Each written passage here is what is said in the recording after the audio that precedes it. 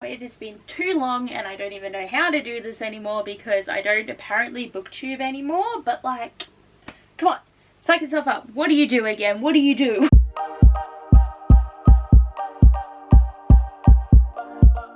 Hi guys, so today I'm here to finally do a wrap up, even though it's not really much of one because I'm going to do April, May and June, and I read 5 books in 3 months and 11 this whole year. 11. And see, my reading has bombed because remember at the start of the year when I was like, this is the year of mood reading? Well, the mood died, okay? The mood's gone. It has left me so severely that it's affected me wanting to film. So this is like the first time in like how many months since I've actually filmed a video where I'm standing up that isn't a vlog. Like, I do love my vlog content, and not to say that I haven't actually been editing, because if you weren't aware, because I'm going to plug here, I went to the UK last year with Kat from Stars and Embers, Jenna from Just a Little Bit Random, and Kat from Brews and Reviews, and I filmed a daily vlog every day. So I have edited like 32 videos for that holiday that is over in my other channel that is always linked down below, Abbeyleec the Traveller, because you know, you got to know what the channel's about. But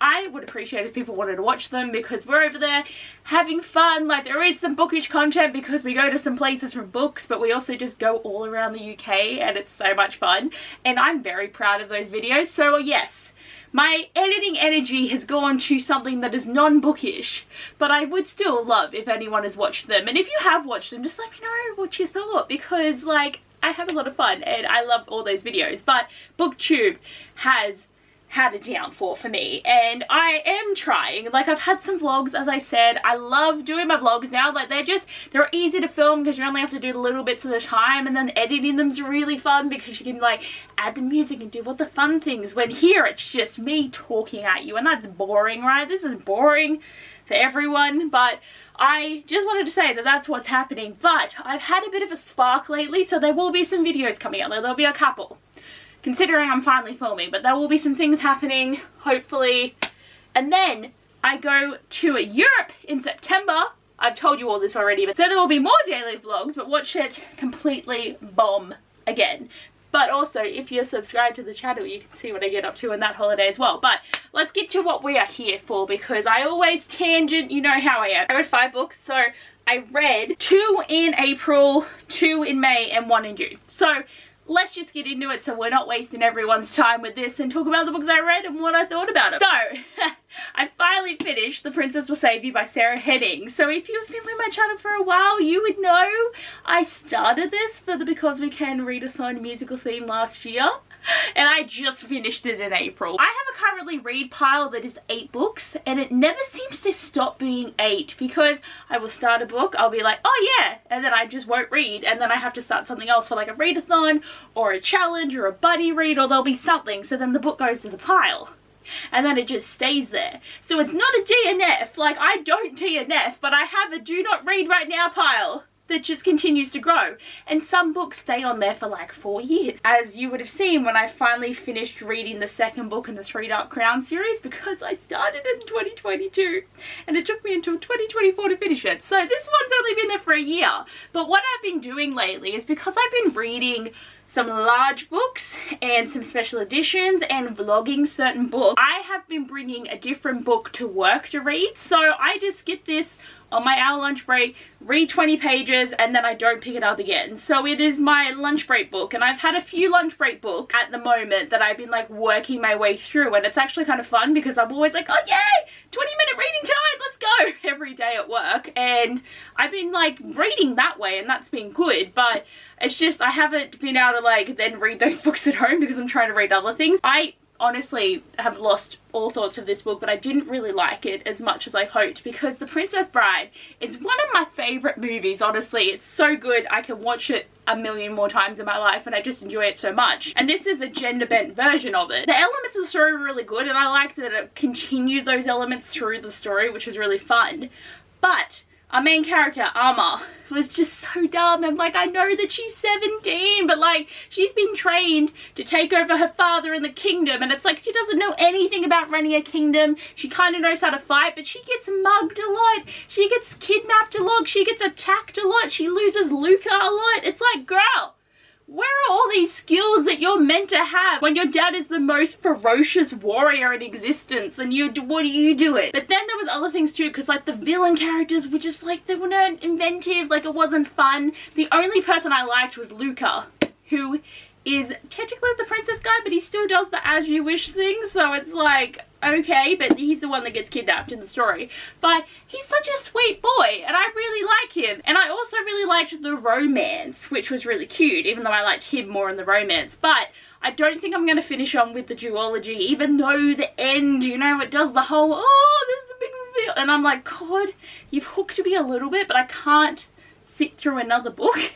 So I'm glad it's finished, but I'm really mad that it's disappointed because I was really hoping this was going to be a 5-star read and it just wasn't. And then, you know, I got a spark of wanting to read because I had to know what was happening in Fourth Wing by Rebecca Yarros. So the whole idea of this is I had to read this for Supernova because Rebecca Yarros was in Australia. I met her. I actually was in the same eyesight as her. I talked to her. She is the most famous author I've ever met, and I think I'm never going to meet anyone as famous unless I meet Sarah J Maas, but like, as if that's going to happen. I've showed this in multiple videos, but it's just like, she wrote my name. It's amazing. But I decided to pick this up, and Fourth Wing was like, you know, it's been around for a while. Like, I saw it on TikTok a lot, people talking about things, and they're talking about all these characters, and I'm like, oh, who's Aiden? He's kind of like recent, and there's this Abbeyleec person, and then there's dragons, and I'm like, never really got spoiled for anything or really knew the story. So I had these special editions because I got the special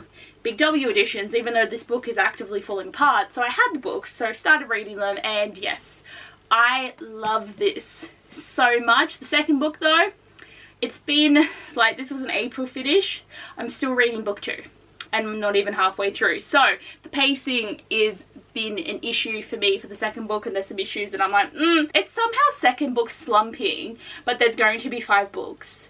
So I really hope it starts picking up soon. But I absolutely had the best time. I also will link down below my reading vlog that I filmed of this. Even though it goes for 40 minutes, you will get extensive thoughts of this book. But because it's been a while, I'm also like, what happened in any book ever that I've read? But I really loved the concept of the Dragon Rider School. I really liked the friendships because like Riddick is one of my favorite characters. I love him so much. And Violet, amazing main character. I really like seeing someone that does have like a chronic illness and chronic pain having to fight through with this school. Like, I couldn't do it. I am able-bodied and I am extremely lazy. I could not do the things that she does. She is one of the most determined main characters I've ever read from, and I like that she like knows her limits, but she still will fight as hard as possible. And like, she's very smart. She was in the scribe quadrant, so she's very well read and just knows everything ever. Like, she's just an iconic main character, and I just absolutely love her so much. And Xaden, oh god, man, like, he's a new book boyfriend. I love him so much, and yes, he is very re-sandy, and that's why I love him so much. And he's a shadow daddy. It's all the shadows that I do love, and you know, he's just a very flawed and interesting character like they always are. And you know, him and Violet hate each other at the start because of reasons, and I love them. And the dragons, I love the dragons so much, you know, because I have the dragons now. The dragons are on me forever because I love them. But I really enjoyed it. It's a great read, and I was scared of the hype, not gonna lie. And I know a lot of people are just like, ooh, but it's just Throne of Glass rewritten with like the wing leader crap, and I'm like, kabah. Like, there is no real original idea anymore. It's just the way you write it that's different, and that's what I think. But I really do love it so much, and I highly recommend if you haven't read it yet, but most people have. Okay, and then I listened to Fangirl Down by Abbeyleec. I don't know why, but I just have the need to buy all the physical copies, especially because they're only $12 from Big W normally, so I have a need. But this one was really fun. I enjoyed reading a golf story because I've never read a story based on golf, but basically she is Wells's #1 fan, and he has been tanking in his career for like 3 years, and she's literally the only one left that cheers for him. And he basically was just like, leave, okay, I'm quitting, get out of my face. Then he was like, shit. And he's like, I need to get back into the game. What can I do? So he goes to Josephine and he's like, hey, caddy for me and come along because you're my favorite fan. And she's like, okay, because she needs money because there was like a tornado or something that's gone through and basically she needs money to like repair her golf shop because she is a golf instructor. So she's a caddy and a golf instructor, and they basically go on the world tour together and they fall in love, because that's what romance books are. They're about love. But it was really good. It was cute. Like, you know, I generally don't like Tessa Bailey's male leads just because they're too macho and about everything, and they're all like, oh, I'm a man and you have to do what I say as a man and dominate. Like, I don't like that. I know some people do, but I don't. And like, obviously Wells is like that. They're all like that. But I just liked that he wasn't against doing silly things. And that just kind of made me like him a bit, and the romance was really cute. I really liked it, and I'm obviously really excited for the Au Pair Affair, which is the second book in the duology for this one, so I'm keen. Then I finally finished reading Crave by Tracy Wolff. So this is the book that I started before Taylor Swift because it was going to be my travel book, and I read like 150 pages of it, put it down. So this became the lunchroom book after The Princess Will Save You. So I think I read half of it in the lunchroom and stuff, but I did really enjoy this book. I did give it 4 stars, and I know that it's such a generic like YA paranormal story, but I liked that it was basically making fun of itself, because it was just like, oh my god, and it's a school of werewolves and vampires and dragons, oh, that can't be me, like all these things, and how she's literally like, if I was in this world I'd do this, and it's like all the things we normally ask ourselves. I really enjoyed it taking the piss, but also there was so many good pop culture references that I really enjoyed as well. But this is the thing, is with this series being out for so long, I know things about the romance, okay? So there is like certain things that I was reading and I was like, I felt like I was picking up the underlying things that you're only meant to notice upon a reread because you're not meant to know about this thing yet. But I have to say that Jackson does give me the slight ick. Just putting that out there because of things. But I really did like Grace as a character, and I liked that she was like pretty okay coping once she finds out the things. I enjoyed that. I liked Macy, who is like her friend and cousin.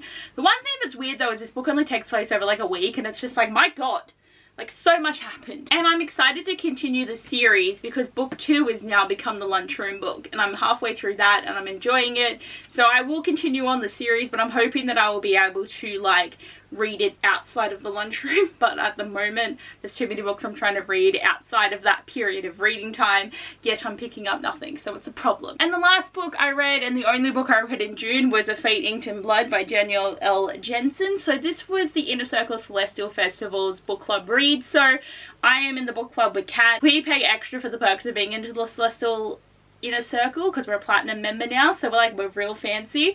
But basically it entails us to like getting to tickets quicker, being able to like have a more of a community aspect, including the book club, and just there's a lot of fun little perks for us that we get, and we just feel very important because we've kind of committed to going to all the balls. And I know a few people are doing the same thing, but like I know that it's like a similar concept of, you know, you go, there's the characters, you get your photo moments and you get to dance, but it's fun.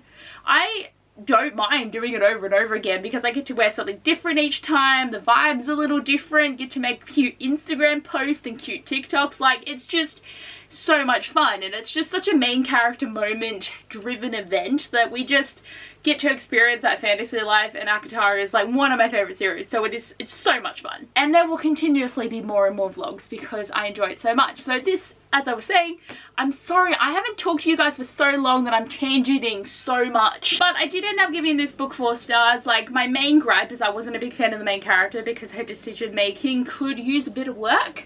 But basically there is gods and goddesses in this world, and every now and then they decide to gift people a drop of their blood when they're born. So there's people that have powers and stuff that are associated with a certain god and thing. And Freya is like already married at the start of the book. She's married to this guy who can like make fish come towards him, and basically she's never told anyone about her power, but then it gets revealed when another Jarl wants to take her, because it's very Viking, this book, and it's very cool. But she's basically a shield maiden, and there's this prophecy that states that a shield maiden is going to make this Jarl a king. So he takes her and he's like, okay, let's go, we're gonna get married now. So she's just, you know, she's constantly just ripped through shit, man. Like, the men in this world are so takey and grabby, it's just disgusting, really. But I guess it's just how it is because women mean shit. But basically, yeah, she's taken, and then it's about trying to like get people to come towards promoting him as the new Jarl of everyone and all this stuff. But basically she's like learning to use her magic,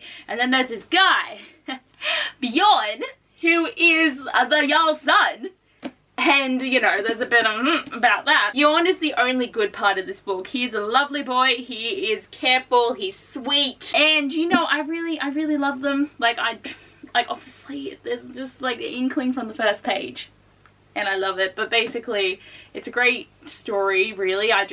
Freya is a bit of an annoyance, but I really enjoyed it. I really enjoyed the pace of the story because it doesn't take place over that much time. Like, I think it's only like a week or two as well. And like, it's very high energy. There's a lot of stuff going on. There's just a lot to think about, really, but I would recommend this one. It is very fun. I'm definitely intrigued to read the sequel because I would like to know what decisions the characters make next after the ending of book 1, and I just really enjoyed it. So this is the wrap up. Like, this should be a month's reading, and I've complained about this before, and if you are getting sick of it, I am sorry, but like, 5 books in 3 months is just so pitiful, my god. But yeah, that is the whole wrap up of all the things that I read, and I didn't have a bad reading month. Like, I'd say the worst book I read was The Princess Will Save You, but like, it's a pretty low bar because that book was not great. But I do hope you enjoyed the video. What have you been reading lately? Have you been hitting your goals? Like, I have no goals, but like, by this point of the halfway of the year, are you like really happy with where you're at? Let me know in the comments. But anyway guys, thanks for watching. I hope you enjoyed this video, and I'll see you guys next time. Bye!